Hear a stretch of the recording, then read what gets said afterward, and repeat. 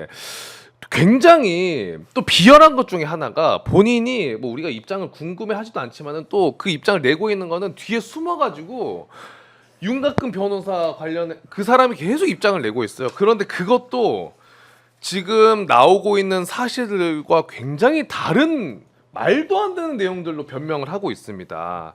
우리가 김용현 공소장 검찰에서 이제 공개했던 공소장 그거 화면 있으면 한번 띄워주시고 그거 보시면은 내란숙의 공소장이어도 충분할 내용들이죠. 자 보시면 곽종근한테도 전화해서 문짝 도끼로 부셔라.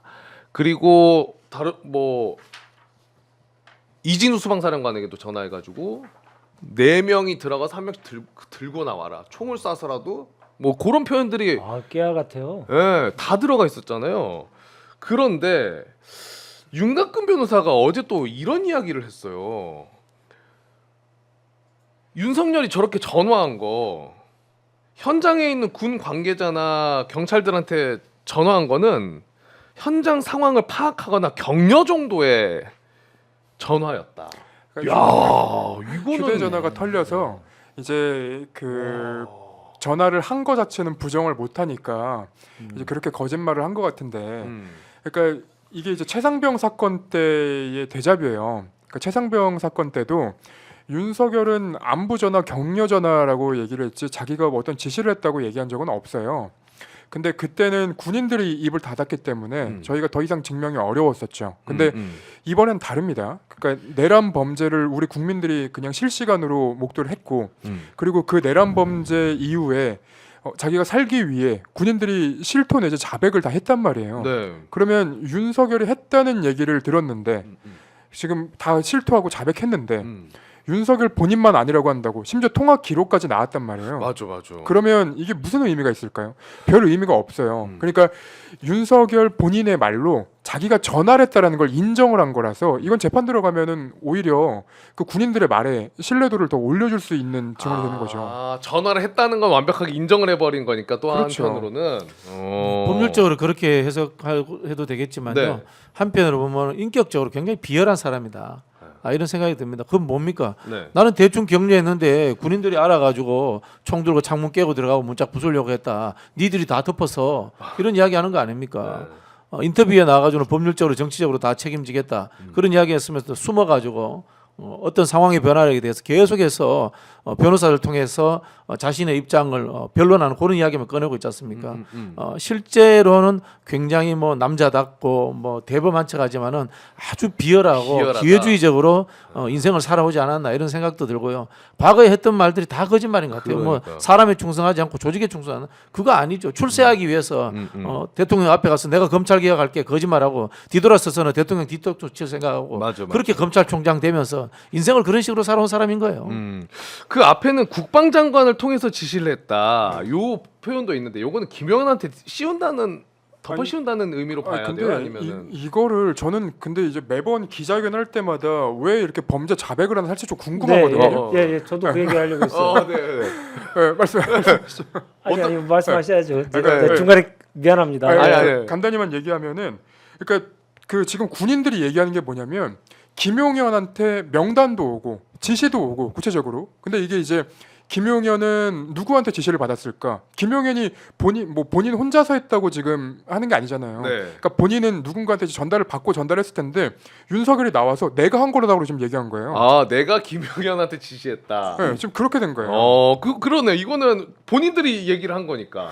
근데 이게 처음은 아니잖아요. 네. 지난주에도 김용현의 변호사가 열심히 떠들어서 2명이 나와가지고 그의 핵심이 뭡니까? 자백이었잖아요. 야, 포고령 내가 이렇게 해서 올렸는데 윤석열이 통행금지는 빼라고 지시했다. 그래서 포고령을 맞다. 윤석열이 직접 지시했다라고 하는 자백을 해버렸잖아요. 맞아요. 그래서 이자들이 입을 열 때마다 너무 분노에 찰 수밖에 없지만 한 번 더 생각해 보면 자백을 계속하게 하고 있기 때문에 우리는 증거를 차곡차곡 쌓는 것으로 우리가 냉정하게 생각해야 된다 이런 생각을 요새 많이 합니다. 예, 자백이라는 얘기 단어가 하니까 지난주에 김용현이 또 생각나네요. 그리고 지금 저희가 김영현 공소장도 보여드렸지만은 오늘 여인영 방첩사령관이랑 이진우 수방사령관도 이제 기소가 됐어요. 네. 근데 그거 관련해서도 일부의 내용이 좀 나왔거든요. 요거 저희가 요건 참고용이구나.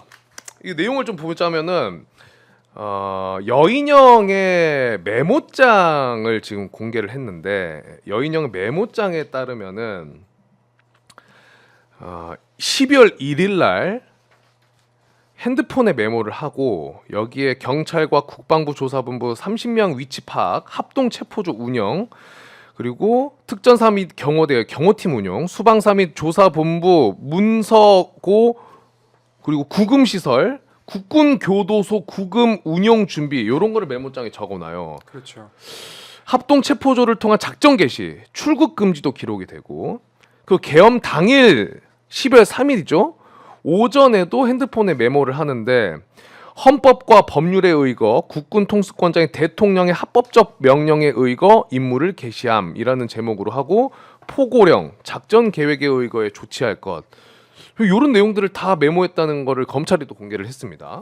그러니까 이게 이제 윤석열이 자백을 하면서 사실은 그러니까 자백성의 이제 윤석열 측의 기자회견이 나오면서 이제 확인되는 게 결국은 이제 윤석열, 김용현 그리고 뭐 수방사령관 뭐 여러 이제 뭐 사람들이 다 연관이 돼 있던 건 저희가 확인할 수 있는데, 그 중에 저는 이제 이진우 사령관이 그 김용현에게 이제 보고했던 내용이 하나가 좀 걸리더라고요. 그러니까 저희가 방송에서도 몇 번이나 얘기했던 건데, 지금 계엄령 어떻게 하냐? 그 계엄령이 처음에 이제 음모론으로 치부가 될 때 계엄령 어떻게 하냐? 사병들이 휴대전화로 다 엄마 아빠한테 전화한다 이런 얘기를 저희가 우스갯소리로 했었잖아요. 네. 근데 그거부터 끊으려고 했어요.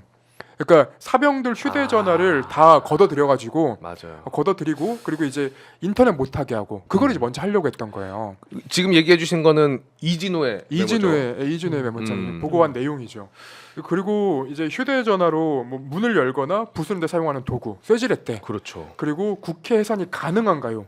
대통령의 국회 해산권이 있나요? 이런 것들을 이제 점검하고 실행 여부를 좀 확인했던 거예요. 그러니까 윤석열과 그리고 그 내란 잔당들, 내란 그 공범들은 애초에 국회를 무력하려는 의도가 있었다는 게 여기서 드러나는 거예요.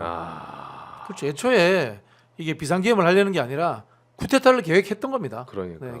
계엄 음모가 아니라 쿠데타 음모였던 거예요. 애초부터. 네. 이진우가 메모한 내용에 방금 설명해 주신 것처럼 그 장비 관련한 메모가 있어요. 그래서 쇠지렛대, 망치, 톱도 있습니다. 톱 휴대, 그리고 공포탄 개인 불출 시행. 그러니까 굉장히 적극적으로 정말 촘촘하게 준비를 한 증거 아닌가. 그렇죠. 이런 생각이 좀 듭니다. 네. 야, 그리고 지금 노상원도 조사하면서 여러 가지 발언들이 나오고 있는데, 노상원이 롯데리아 회동을 했었잖아요. 지금 12월 1일, 12월 3일 이렇게 두 차례 보도가 됐었는데 11월에도 롯데리아 회동이 있었더라고요. 그런데 이 11월 롯데리아 회동에서도 이 문상호도 자리에 있었고 그 김대령, 정대령에게 노상원이 야구방망이, 니퍼, 케이블 타이 준비해라. 다 잡아서 족치면 부정선거 했던 게 나올 것이다. 이런 발언을 해요. 야, 이거 어마무시한 정말 말도 안 되는 발언이고, 이거는 이제 선관위 직원들 관련해서 얘기를 하면서 요 발언을 한 것 같아요. 그리고 선관위 홈페이지 관리자를 찾아가지고 홈페이지 부정선거를 자수하는 글도 올려라. 이런 발언도 그랬죠. 노상원이 했고. 네. 야, 이거 이제 1980년도에 12.12 일어나고 그 다음에 5.17 전두환에 의해서 계엄 확대될 때 사람들 다 받아가 이제 야구방망이로 팹니다.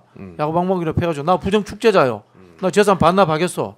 나 구태 정치인이요. 네. 은퇴하겠어. 이렇게 강요해서 만들었던 거하고 똑같은 겁니다. 그러니까요. 선관위 직원들 고문해가지고 선거 부정 있었습니다. 국민들한테 자백하고 그게 사실인 것처럼 호도해가지고 계엄도 확대하고 뭐 그랬던 절차라고 보면 될 것 같아요.